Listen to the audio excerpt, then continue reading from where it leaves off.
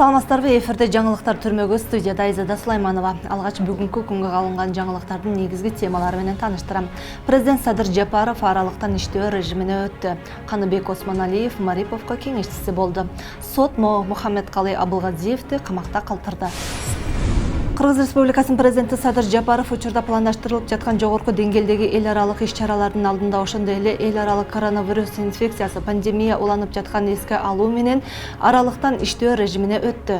Президенттин аппаратынын маалымат саясат бөлүмү билдиргенде, мамлекет башчы ишин онлайн-форматта улантууда жана өлкөдө болуп жаткан бардык окуяларды көзөмөлдөп турат.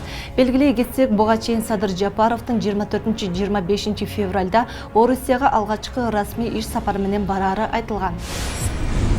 Жогорку Кеңештин экс-депутаты Каныбек Осмоналиев премьер-министр Улукбек Мариповдун кеңешчиси болду. Бул тууралуу өкмөттүн маалымат кызматынан кабарлады. Тиешелүү чечимге өкмөт башчы Улукбек Марипов кол койгон.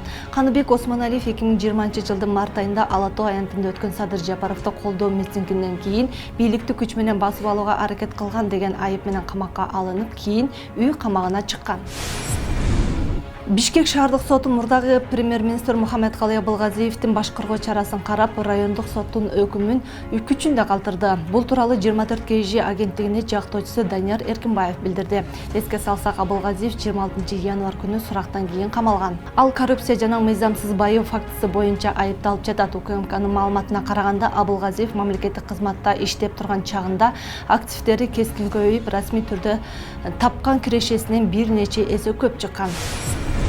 Кыргыз эл артисти Жамал Сейдахматова каза болду. Бүгүн таң эрте 82 жаш кураганда Кыргыз Республикасынын эл артисти Токтогул атындагы мамлекеттик сыйлыктын лауреаты Жамал Сейдахматова узакка созулган катуу оорудан кийин дүйнөдөн кайтты. Бул тууралуу маалыматты Маданият, спорт жана жаштар саясаты боюнча министрлиги билдирди. Жамал Сейдахматова 1939-жылдын 21 сентябрында Ысык Көл районунун Темир айылында жарык дүйнөгө келген. Келечектүү актрисанын таланты 1958-жылы тартылган Алыскы тоолордо көркөм тасмасында ролун аткаруу менен кеңири таанылган. Ошол күндөн өмүрүнүн акырына чейин улуу актриса катары талыкпай эмгек кылуунун үлгүсүн жаратты. Сабактар менен мугалимдер кыскарбайт. Билим берүү жана илим министринин орун басары Надира Жусупбекова сабактардын саны кыскарып, анын негизинде мугалимдердин саны да кыскарат деген маалыматты четке какты.